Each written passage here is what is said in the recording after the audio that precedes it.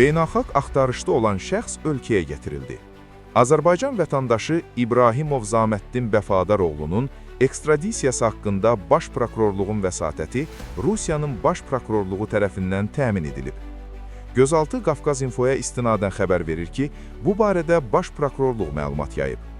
Bildirilib ki, Sumqayıt Hərbi Prokurorluğunda ibtidai istintaq edilən cinayət işi üzrə İbrahimov Zaməddin Bəfadaroğlunun dələduzluq cinayət əməlini törətməsinə əsaslı şübhələr müəyyən edildiyindən, barəsində təqsirləndirilən şəxs qismində cəlb etmə haqqında qərar qəbul edilib və o, istintaqdan qaçıb gizləndiyinə görə beynəlxalq axtarışa verilib.